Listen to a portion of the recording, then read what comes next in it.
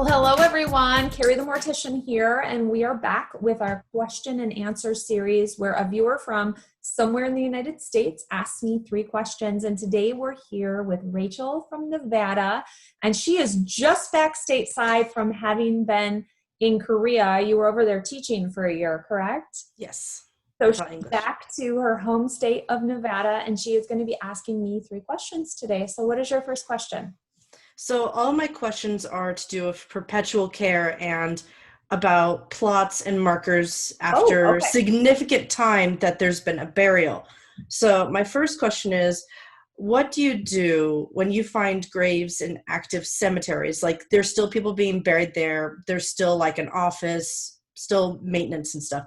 But that you find a grave that you're interested in has not received perpetual care and has had damage. What do you do? Like, I know I was told to go to contact like the main office for it, but if they're the ones who they chose to just neglect the grave for a number of years because they're like, nobody's coming to look at it and there's damage, are they responsible for that? And like, what can I do as someone who I was not there. My name's not on any of like the stuff when the person was buried. It's been like 50 years since some of my family was buried, but I've seen so much damage, such as like roots that have just sprung up and damaged like the cement, the markers, metal coming up, infestations. There was one grave where it was so buried under dirt, I literally had to take a shovel and go digging because I knew the approximate area. It was that bad. So I think some of the different situations that I would approach it, maybe, if you get into certain areas of cemeteries, they didn't use foundations, and you're going to find that that headstone could be literally sunk and covered and gone, that maybe you see like a corner of it. I don't know that that's really the cemetery that needs to keep that level and up, because you don't know if they were offered a foundation and the family never paid for it, or if that's something that you can do even at that cemetery. So I think there would be a little investigation maybe into that. But then who's going to pay that cost? Yeah, that's what I was wondering was, especially when the people who did the burial, I know they did pay for perpetual care, and there was not. What does that include? That's what they don't even know. So perpetual care typically would just be mowing and, weed whipping and just making sure the grave space can be gotten to. You could walk to it and you can visit it. It's not so much their responsibility making sure that everything is exactly how it was on that grave, depending on what that perpetual care contract looked like. So you would need to know, I'm sorry, I have like an itch on my eyelid and I can't not itch it. You would need to know what that original contract looked like.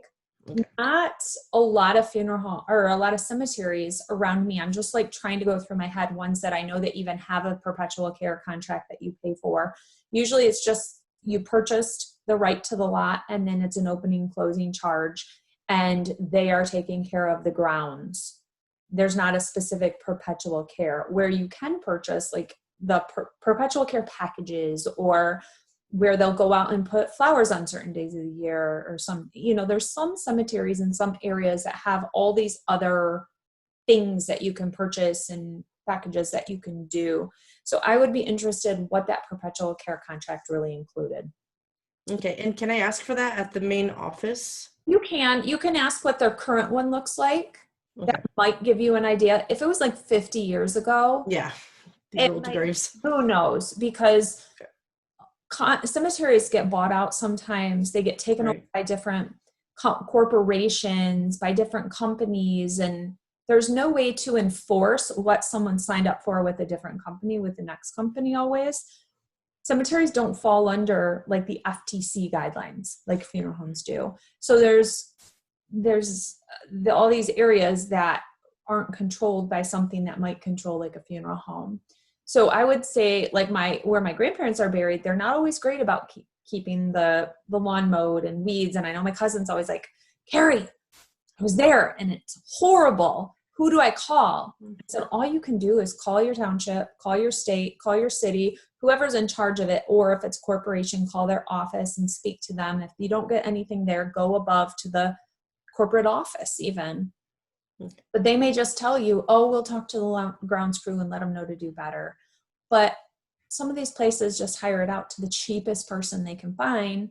You get what you pay for in a lot of ways. And unfortunately, when it comes to cemeteries, depending how they've invested the money, whether the money is doing well, whether it's not doing well. That's why, like, my husband, who is he has a landscape company as one of his things. And he's always said, it's so cheap to be buried, because if you think about having to pay a company for eternity to care for that one lot of land, once you're full, you're full. So that money has to be invested somehow in a way that the money is perpetually creating enough money to pay for that care. Otherwise, who's paying for it? Right. Taxpayers, whatever it may be.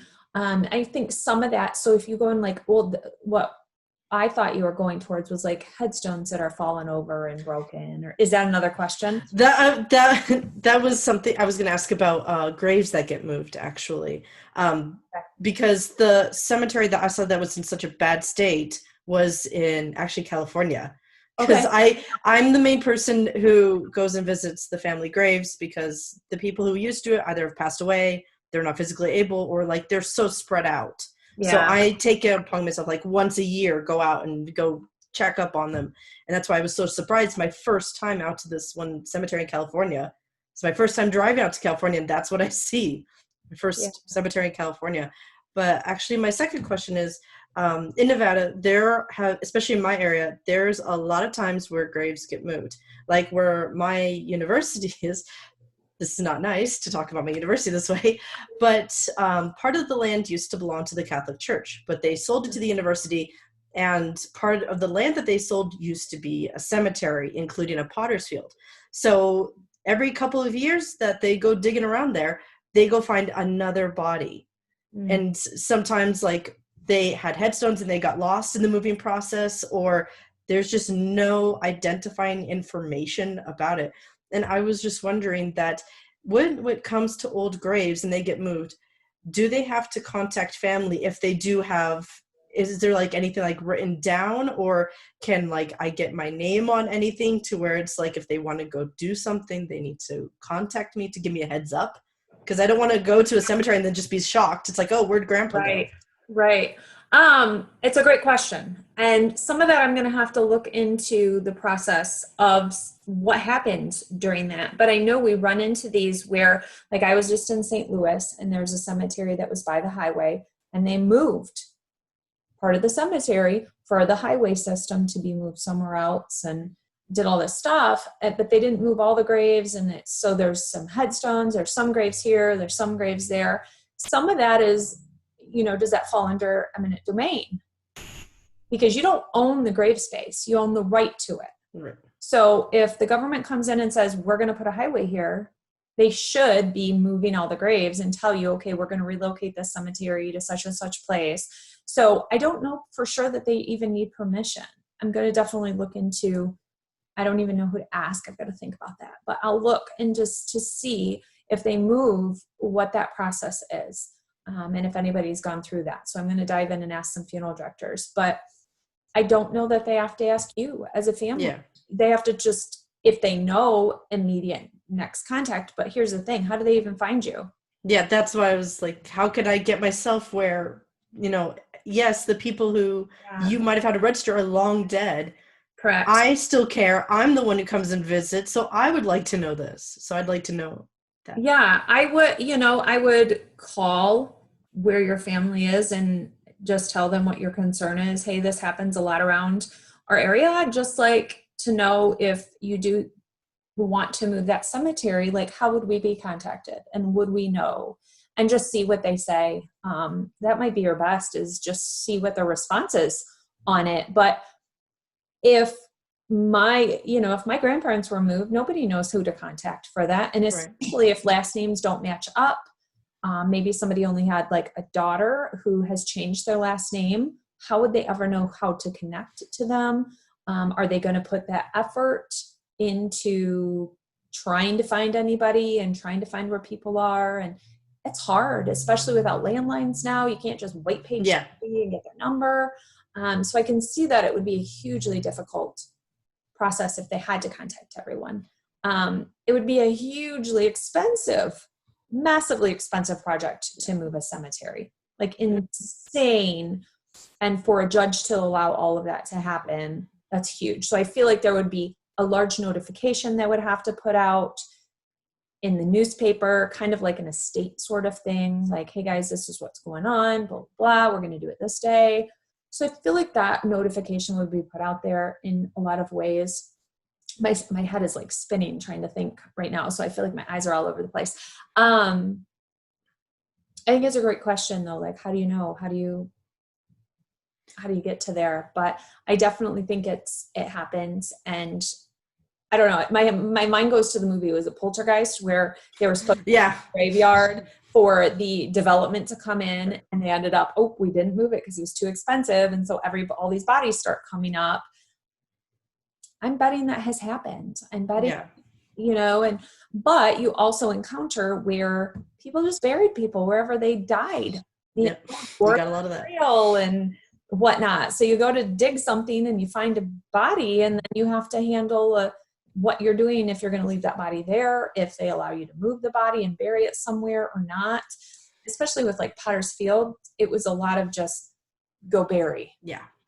During certain periods of time, or during pandemics of the past, where it was like, we have so many bodies, let's just get them in the ground, or let's get them handled, that maybe things weren't processed along as accurately or as chronicled as they should be for track record that you could go back on. So I think there's a lot of some of that goes along with it, that everything is definitely never going to be spot on how it needs to be. I know that there are a lot of laws and like restrictions of what you can do to move it. It's just that I've seen it over the years, because Nevada is very old. Well, not as old as like the East Coast, Right. But especially because there's a lot of graves, especially when you go up to like Geiger Grave, when you're going to Virginia City, you'll see a lot of those just on the side of the road graves. They just didn't make it. But I know nowadays, because I've watched enough of like your videos and I've asked enough questions over the years, that I know that there is identifying information with the casket. But I don't think they always did that, right? That they didn't always include like that, obviously like that's sealed nowadays and they wouldn't have done that in the old days. But are there any like identifying like paperwork or anything like that that could be in there with like older graves, just in case it gets separated from the headstone? Because I didn't think that there were. No, usually not. And even today, that's not the case across the board. Some caskets do have it, but then the funeral home has to fill it out and put it in there. I know some funeral homes who they don't do it because you have to use a typewriter or something, and then places don't have typewriters anymore. I mean, the piece of paper is this big, so how else are you going to print on it? And it's like tissue thin paper, so you literally have to type it out, roll it up, and stick it in to put it in. And some funeral homes are like, why? So they don't do it. So it's not always done. And it's not at every casket doesn't even have that in it. And it has to be in something sealed that goes in, because you have a moisture and you have all sorts of things that come into play that any other paper type would be just completely saturated and spread. And you'd have to go to like, the high crime tech lab thing with the fancy spectro something or other that you've seen on every TV show that can maybe look at what the image used to be. I don't know. But they don't all have that. So that's a really, even now, smaller percentage of burials having that kind of record even in it. I think it's more common also in higher water tables, where you might have an issue of the floating and stuff, like down in New Orleans and stuff, where you might actually have the situation where the casket is floating down the river and you need to know who it is. But back in the day, there would have been nothing. I mean, no, like the vaults now, certain styles of vaults have a name engraved on them. So you don't even have to go into the casket. The engraving's on the outside, or the plaque is on the outside. So that often is helpful as well, that even if there's no headstone, at least you get to the vault and you have a name on it. So sometimes there's markers, sometimes there's not. It just depends. But if you get into going back to the pauper's field, there may not even be vaults. It might be a simple wood casket that is long since disintegrated. All you have is down to, the bones and everything, and there's just nothing. And if there was maybe like a marker that had a number on it, I know there's a cemetery near us that I had never been to, and somebody had brought me a picture and said, "What do you think this is?" And I was like, maybe it's the pauper area, and it's just these little stones that have the numbers on it, or letters. I'll have to get the picture from her, and it's numbers or letters. I think it's just numbers. And so she's like, I don't know if it's like the pauper area or if it's near a prison. We didn't know if maybe it was a prisoner area even. And so it was just a simplistic area that they could mark the grave with something so you could go find your number without there being names on everything. So you find different things like that in cemeteries, and you can kind of decipher what they are, but I'm betting they're either in a very basic vault, no vault, simple casket, nothing that's enduring over time, probably down on the ground. So, yeah. Okay. So my last question is, can you change markers? And if so, what do you need to do in order to get it changed to a plot that is several decades old? Because I've heard that you could, like, I've heard where people have, if like a grave wasn't marked and it was like a celebrity or something, that people will fundraise and get it there. But like I have, there's 2 markers in my family. One of them, his death was very sudden, and his wife didn't know that because he'd been in the military for a number of years, that he was eligible to get like a marker paid for him. So he's got like, it's literally this big, like it is very small. It just says like his name and date. That's it. Okay. And the other one in my family, the dates on it are messed up because it was a sudden death. It was a child who died. And so the parents had to go and like write down all the information for the grave, and so they were very shook up, so they accidentally wrote the wrong dates. So what can you, like, can I change them out at any point? Like, what channels do I have to go through? Because I can prove that I am related to these people. It's just that it's been so long. Like, what can I do? You would just need to go down the lineage. So everybody who, let's say it's your grandma's grave and you want to switch out for your grandma. Well, you would have to go to her children, and all of her children would have to agree. If they're all dead, then you have to go to all of their children, and all of their children have to agree that you can change that out for whatever reason, because you all have the right to a say for that. So that is what you have to just do, is go through that hierarchy and make sure every single person in that same hierarchy is on board for that to happen. The military, like you said, you can get a military plaque or stone or upright marker or something. You have to pay for the installation. Right. So as long as that's the situation, that's fine. You can always, apply and get that if he's never gotten one. And then just pay to put it on. You could put it over that other one if you wanted, it sounds like, and sit it in over. So you just have to go through the appropriate to show that you have the right to do that. And then the disposition of whatever's there, essentially. If the cemetery will allow you to throw it away there, or if you have to take it with you to dispose of somewhere else. It depends on the cemetery. I've encountered both at cemeteries before. Okay. So, yeah. It's all about the hierarchy and who has the power. That's what I needed to know, because it's like I have things that I've seen at cemeteries, and it's like, where do I even begin as someone who wasn't around or wasn't in the room when, or like my name's on any paperwork, my last name matches up with a lot of these people's names, or like they're out of state for me. It's like, where do I begin? Well, and a lot is just call the cemetery and ask what the rules are, because you're going to probably encounter some different things at different cemeteries, depending who runs it, whether it's a township, whether it's a corporation, whether it's privately owned by a family, whether it's church owned. There's all sorts of different rules and regulations in all different ways.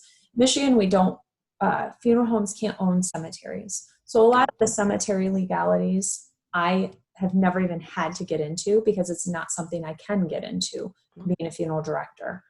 So some of those logistics, I can give my darn best guess here, but it's going to be different in different places, different states, different corporations, however people want to run their cemetery. At the end of the day, it is a business for a lot of that. And they have to protect the people who have purchased the rights within their business and whatnot. Just like some cemeteries don't allow upright headstones, they only allow flat ones. It just is whatever the rules are of their space. I think those are interesting though. Like I'm spinning my head thinking about different scenarios and different places and situations and stuff. I think it's all said and good that you see a headstone that is broken and you want to replace it, or a grave that's not marked and you want to mark it. But you also have to go back to the fact that, well, maybe that person didn't want a headstone, or maybe the family is really connected to that original headstone, even broken and even sitting there. To them, it means more than a new one being put in place. So sometimes there's more emotional connection, or there's more request and desire behind what something is situated, even though it may not be what we want as we are viewing and as we're going through. Like you said, there's some celebrities who have had headstones paid for and such, but maybe they never wanted one. So I think it's interesting if they did that and they put it on, because maybe that's not, I don't know. Did the family okay it? I'm interested in some of that, because I think that would be odd if they just let people make and purchase and do. You're right. And bring it in. Headstones, exactly.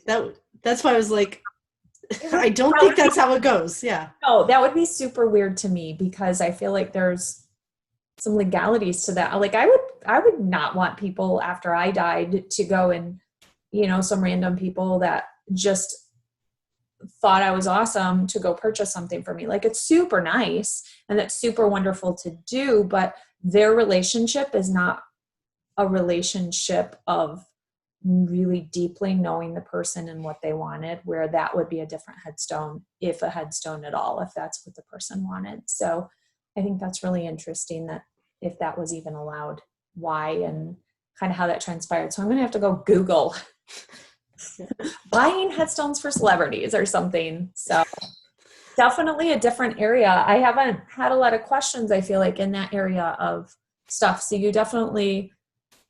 these videos definitely tap into some of the viewers' passions and interests. And yours is obviously like a taphophile city, where you like cemeteries and visiting in your ancestry and everything. So I think that's great.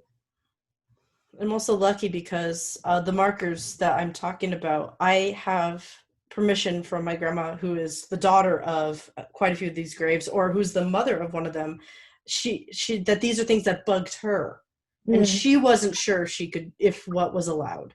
So Yeah. I can also, I can go talk to her after this, and she'll be like, okay, we can do something.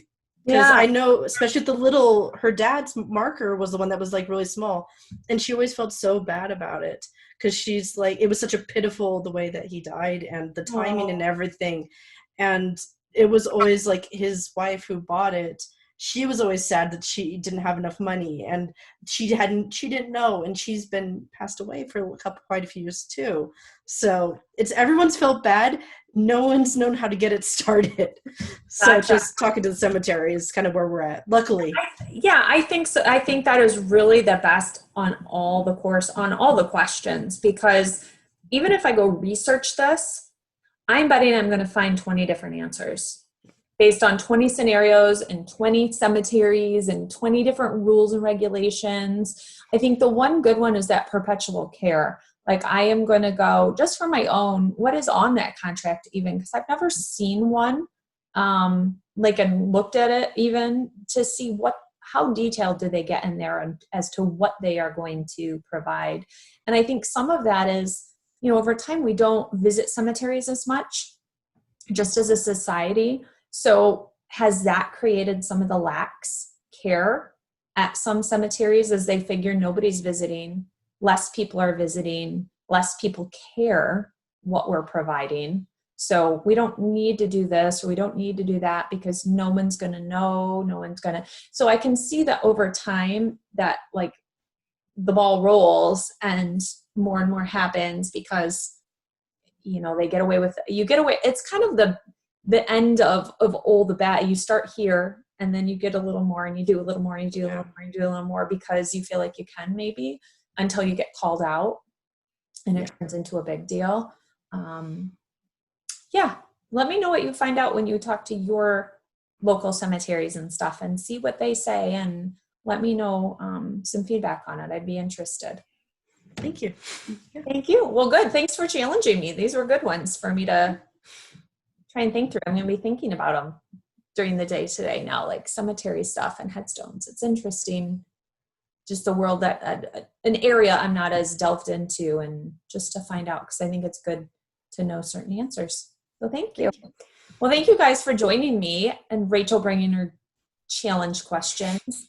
It's tough. Every once in a while, you guys are like stumping me with things that I just don't know quite a solid answer on. And some of these things we don't have solid. It's gray area answers, which I hate gray areas. I am such a cut and dry person. Gray drives me nuts. But some of these, there's just no solid since every state has so many different rules and regulations and each area has rules and regulations. But thanks for joining us. Next Sunday, we'll be back with another state viewer and more questions about, oh goodness, who knows what now next week. I like every week is getting a little wilder and a little wilder. So check us on the next one, guys. If you haven't subscribed, make sure you subscribe so that you know when videos are going live. See you. Bye.